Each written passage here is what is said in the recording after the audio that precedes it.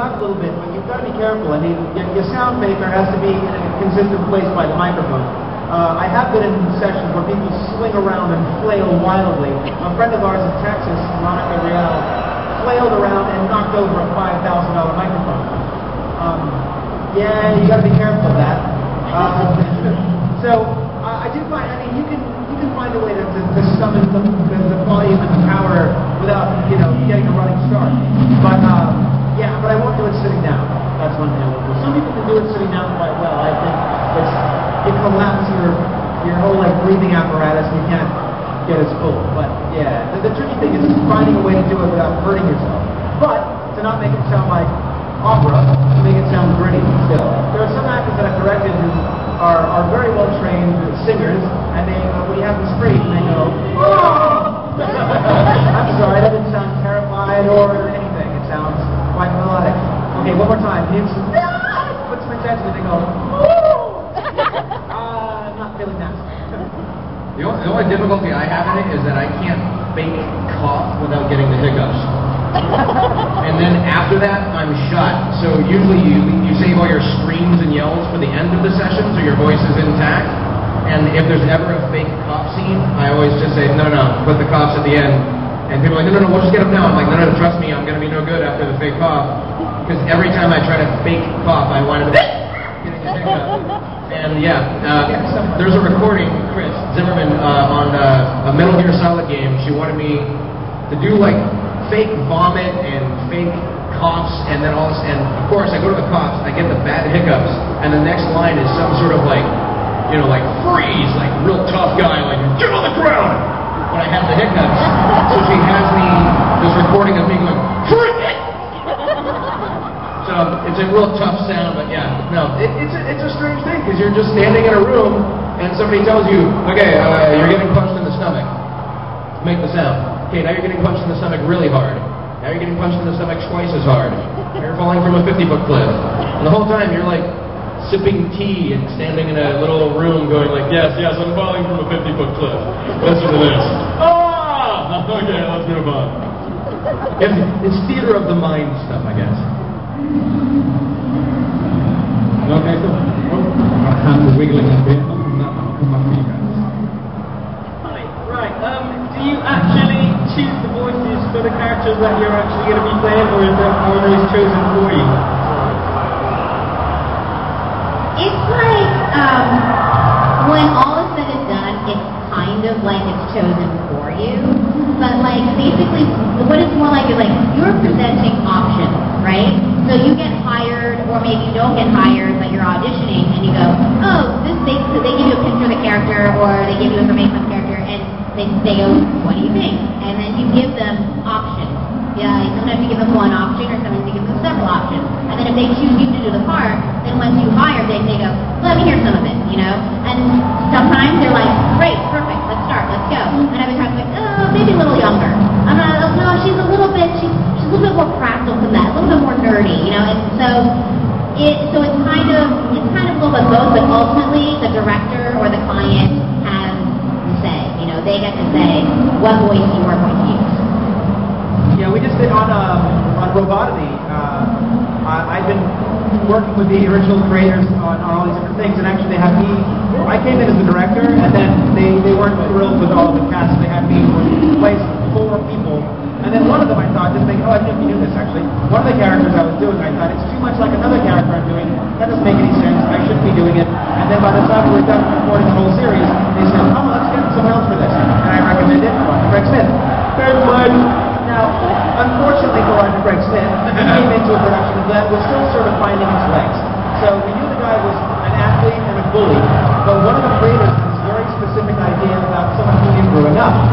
So we're directing Ron to do that, and we have to do it in a million different ways, and then we go, oh, that sounds good around there. And then we do the whole episode, and then they hear it in context and go, you know what, I think he sounds too obnoxious.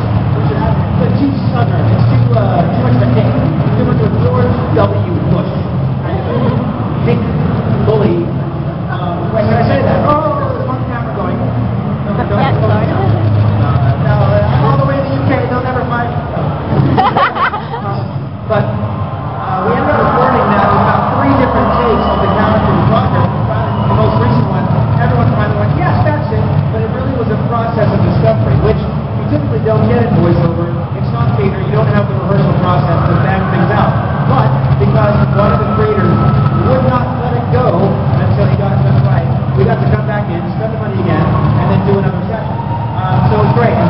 have you for your patience. It was a really tricky session. How dare you? How dare you? That's one of the best. Like, to answer is the why voiceover. That's also a really, it's an awesome option where if all of a sudden they decided as an on-camera guy I was too short, I'm not going to get a chance to do the part again wearing, high heels.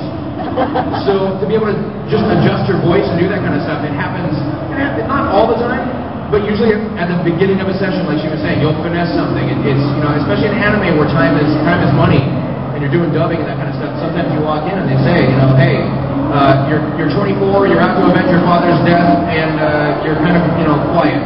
Here's your first line. You do it. It says, hey, over there. No, too quiet. Hey, over there. No, too old. Hey, over there. Too weak.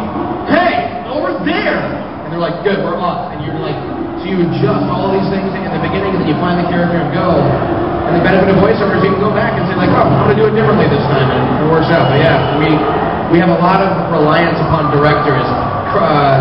For Chris Redfield's character for RE5, like, we were constantly finessing that guy and working really closely with Stephanie and Liam, the other director, as well. And the directors can really kind of make or break a lot of things in that regard. The client has an idea, the director has an idea, and you're kind of the tool, if you will, with the instrument. And even in terms of like this type of stuff, like you kind of have to understand that it's not always you too. Like it's common to get replaced, but it doesn't necessarily mean that they think that you suck. I feel like everybody that I know has been replaced at one time or another, or replaced somebody that we know or whatever. I worked on a job where I auditioned for it, I got hired, and then when we did the job, it's like I was directed in a way that didn't really sound very much like the audition. And then they went back and they apparently replaced me without me knowing. Replaced me, had auditions, like had 3 separate rounds of auditions, hired 3 other girls to redo my part. And then I got a call like half a year later basically saying like, here's the deal, this is what happened, we replaced you, but then we listened to your original audition and we're sure we still want you, but we want you for how you submitted your original audition, which wasn't how we directed you when we did the session. So then I went and re-recorded. I replaced myself, So it's just, but you can't have insecurity about that, because if you're insecure, it comes through your performance, and you have to be confident, like you know what you do what you do, and if you're not right for it, fine, move on, it's fine. You know what I mean? It happens all the time. And sometimes it has nothing to do with you not even being right for it. It has to do with just somebody on the decision team has something that's pet peeve of something, or just has one idea stuck in their head, or so that's just how it is. Hi, how competitive is it within your industry? Like, are you playing a game, or you listen to an aspect, and you're like, oh, that is rubbish, I can do that way better, and especially between your friends, you're like, you turn up and say, oh, I did such and such anime, and all you want to go is, people really, really rubbish, but you have to bite your tongue. I don't know. I mean, like, that's honestly sort of the best thing I think of this business, of this little aspect of the business. Most of us, like the fact that Michael said, like, hey, I sound a little too much like this character, I'm going to recommend Roger Ray Smith. And it's the same thing, like, we do this all the time. You walk in and you go, I don't know, did you call Liam? Did you call Yuri? Like, you just recommend your friends to stuff. And I guess the attitude is like, there's enough work out there for everybody, and you know when you're right or wrong for something, and sometimes it's best just to speak up and say, this ain't me, guys. I don't think you want me on this. I'd be more than happy to offer suggestions. And at the end of the day, it seems like we all kind of just get along. I mean, for the most part, yeah, it's a competitive industry, but you're rejected every day. You find out that you didn't book this, you didn't book that. Okay, guys, next up on the Japan stage is the team. Wait, what's coming up?